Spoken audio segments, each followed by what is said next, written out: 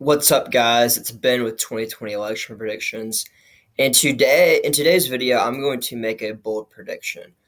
I think that in this coming week, Trump is going to hit rock bottom in terms of his betting odds and in terms of his poll numbers. Obviously, this last month has not been very good for Trump.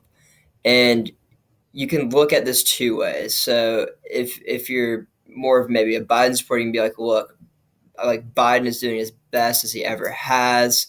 The betting odds have flipped. I mean, at this point in the election, I mean, Biden is looking the best that he ever has done. There seems to be a lot of energy in the party, and Trump is very, very vulnerable. He's probably the most vulnerable incumbent that we've had in a while.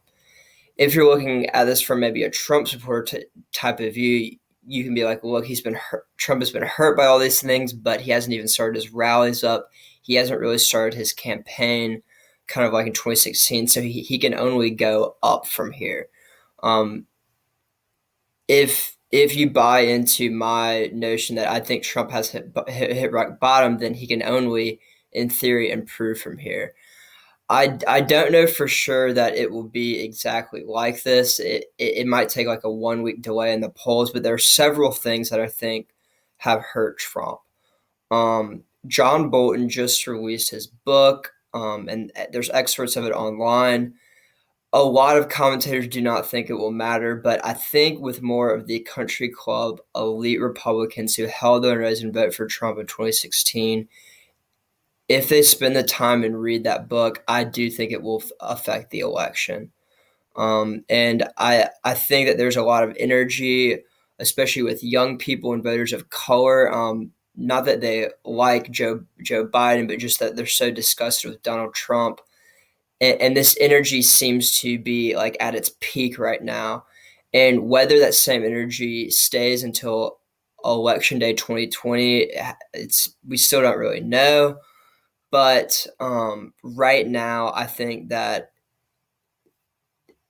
in the course of the 2020 election, this is the worst spot that Donald Trump has been in, and I think that it can't get a lot worse. If we look at some of the polls that have just come out recently, I mean, Donald Trump is down by 14 points in a CNN poll, which I do agree. I don't think it was an accurate reflection of necessarily where the race is today. I think there was a little bit of oversampling of Democrats and maybe an undersampling of Republicans. But a Fox News poll came out just yesterday that had Joe Biden up 12 points to Donald Trump. And I was looking at some of the methodology of this poll, and I do think that is a more trustworthy poll, and it should make the Trump campaign really fearful. One thing that the Brad Parscale, who's the Trump campaign manager, just asked Joe Biden to have more debates, which is a sign that the Trump campaign is not where they want to be right now. At first, the Trump campaign didn't want to have any debates, but now they're asking for more debates because they think that having Donald Trump and Joe Biden on the stage can only help them at this point. They think that right now that Joe Biden is at his prime because he's not doing a lot of speaking engagements in person, so he's going to be less gaffe prone, and he's doing more of these videos that are not live, so he can record them and he can record them again if he messes up, which I do think has some truth to it. Tomorrow will be Donald Trump's first rally in I think 3 months. I think his last rally was in Charlotte in early March because of the coronavirus. So I do think this could be a turning point for the Trump campaign, but a lot of things are working against him right now. I do think that there is the potential for a second wave for the virus, and I think that could hurt the economy and just keep things closed for a while. So, I mean, the 2020 election is going to be crazy. But let's dive into some of the numbers that I think will matter and the reason why I'm making this prediction that Trump has truly hit rock bottom. So this model right now has it about 20 to 80%. And if we look at, like, this is percent chance to win the White House, it has not been worse for Donald Trump. So, I mean, Biden has always held a slight advantage in this model, which is different from the predicted model, which had more people betting on Donald Trump. And same with the betting odds on just all the betting websites. But right now, as we can see, it's trending outwards. But I expect this to flatten a little bit. It might dip a little bit below 20, but I really just don't see it going a lot lower than this. And let's look at which states have like kind of changed. So Florida is definitely one of the main states. I have been shocked of the polls coming out of Florida. In 2018, the Republicans had a very surprise victory in Florida. But frankly, I've kind of changed my mind on Florida. I really thought that Donald Trump was going to win Florida, but just looking at all the polls coming out of them, and then looking at the different segments by the polls, it looks like that older voters are starting to become more and more turned off by the by Donald Trump, who's the incumbent president. And as we can see here just recently, I mean, it's starting to diverge a lot faster than I would maybe expect.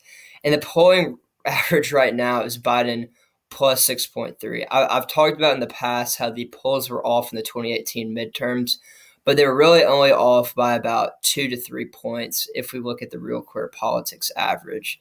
And I mean, this is startling if you're part of the Trump campaign. I mean, Biden up by 10 points, 11 points, 7 points, and these are A plus polls. And obviously, there's a margin of error. There's going to be a lot of um, room for error in these polls. But I think because of the referendum passed in 2018, there's going to be a lot more registered voters in Florida. And I definitely think that more undecided voters will turn out for Joe Biden, even if they stayed home for Hillary Clinton or even voted for Donald Trump in the 2016 election. Um, I think there is a larger Never Trump movement.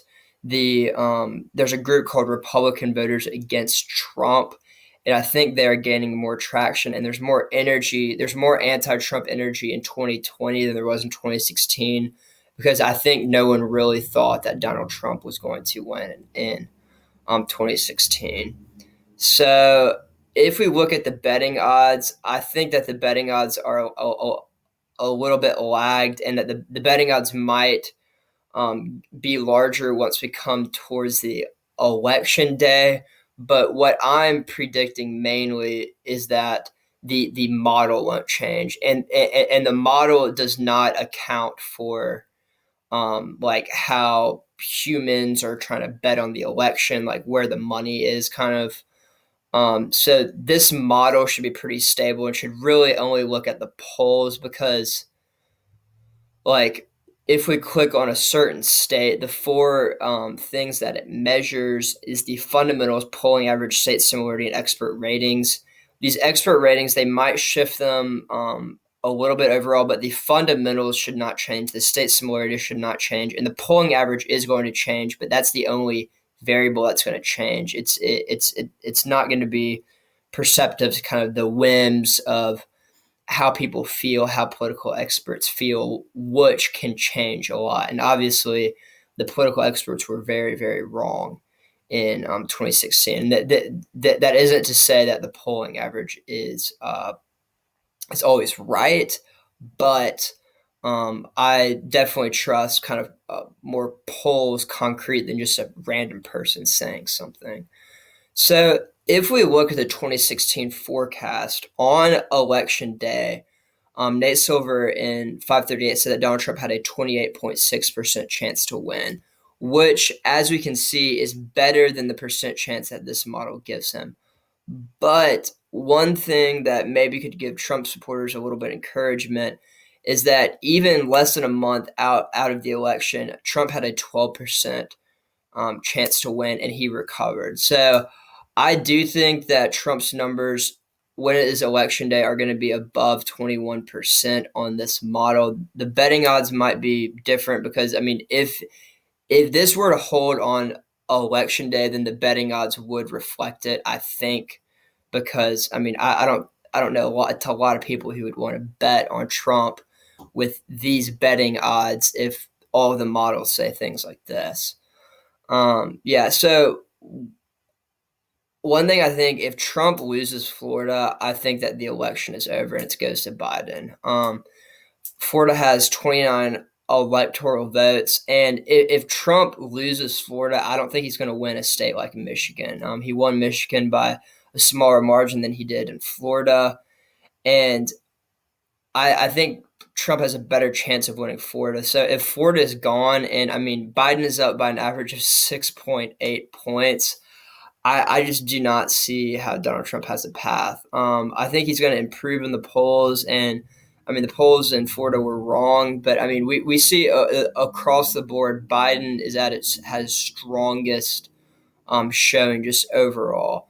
I think that Trump maybe could turn it around. I mean, I think he's going to be pouring money with ads.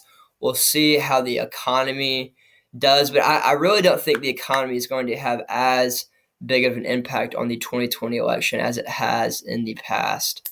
So we will definitely see how this election turns out. So please tune in to my later video, and please let me know what you think of my prediction, and subscribe right here if you haven't already. Thanks, guys, and see you tomorrow.